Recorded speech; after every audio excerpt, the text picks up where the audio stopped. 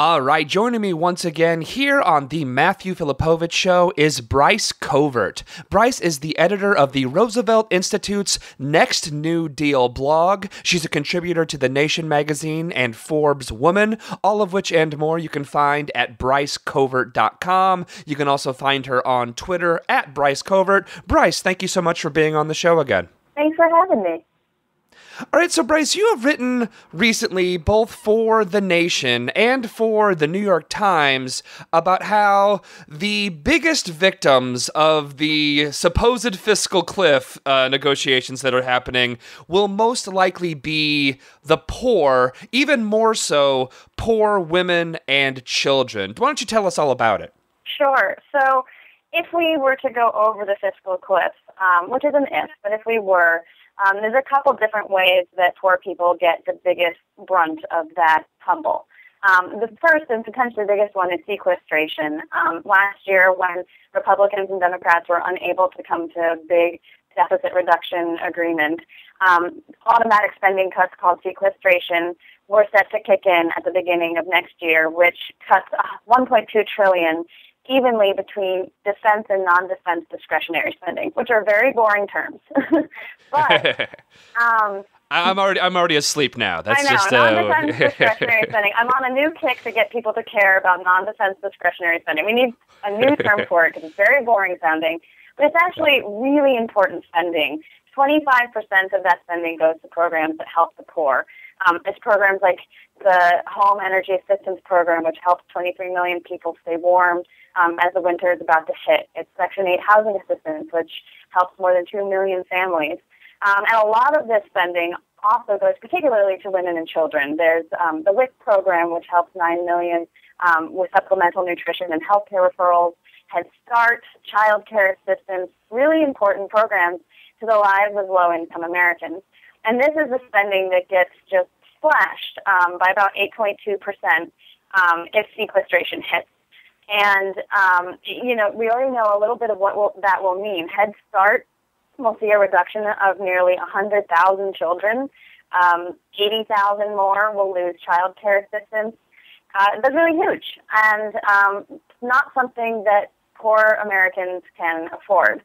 Unfortunately, it doesn't really stop there. There's also the tax cuts, which, for the most part, the tax rise will affect wealthy Americans most due to, capital gains and things like that. But in terms of how much take-home money you end up losing because of the expiration of tax cuts, it's actually low-income Americans who see the biggest hit. They'll lose about an average of $209, which is nearly 2% of their after-tax income. The top 40% of Americans will only see that lower by about 0.1%. So overall, these changes, if they were to happen, if we were to go over the fiscal cliff, hurt low-income Americans the most. And then, of course, there's unemployment insurance, which actually is a cliff. Some of this stuff that I'm talking about, maybe we can phase it in, maybe we can counteract some of it. Unemployment insurance just ends full stop on January 1st for 2 million workers, and then it'll run out for about 1 million more within the first quarter. So that's pretty substantial given our high unemployment rate right now. No, it is. And you're actually right that without a lot of these programs, there's actually going to be a spike of people who are right now at the border of what we technically consider the poverty line, even though, technically those who are right above the poverty line are pretty much in poverty. There's the poverty line is kind of ridiculous in this country. It's not necessarily a living wage, but without a lot of these programs that are going to be cut with sequestration, there's actually going to be a pretty substantial spike of people dropping from right above the poverty line into flat out poverty, correct? Absolutely. The Census Bureau released some numbers last week showing how many more people would be in poverty without some of these programs that I was talking about.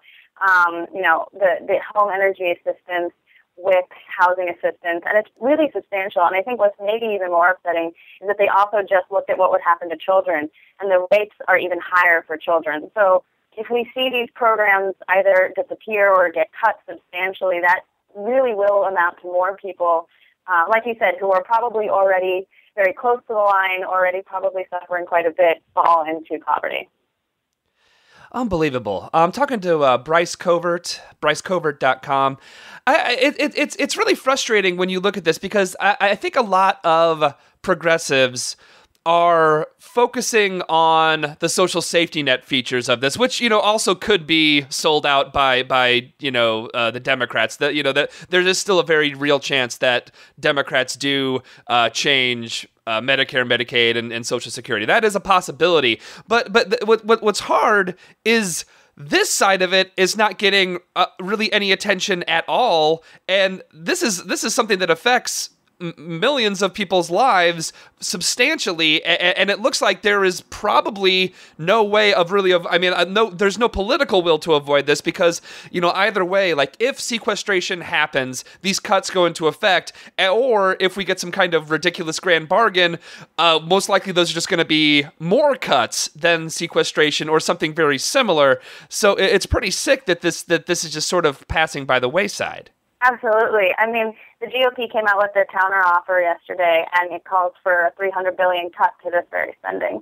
And Obama's opening offer, which was actually incredibly progressive, and I'm very happy to see him being a better negotiator, but it still calls for sequestration cuts. And I think that what's hard about this spending, like I said, non-defense discretionary spending is a very boring term. It sounds very vague, and beyond that, it's very easy to cut. Cutting this spending is really as simple as fiddling with numbers on a spreadsheet.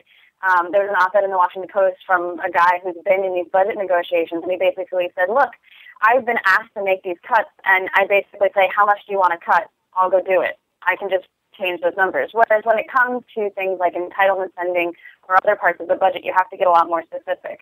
So they end up in a lot of deals. We've already cut this spending pretty significantly from deals that were reached last year. And I'd be shocked if we don't see them end up in whatever, grand bargain that I think is probably coming down the line.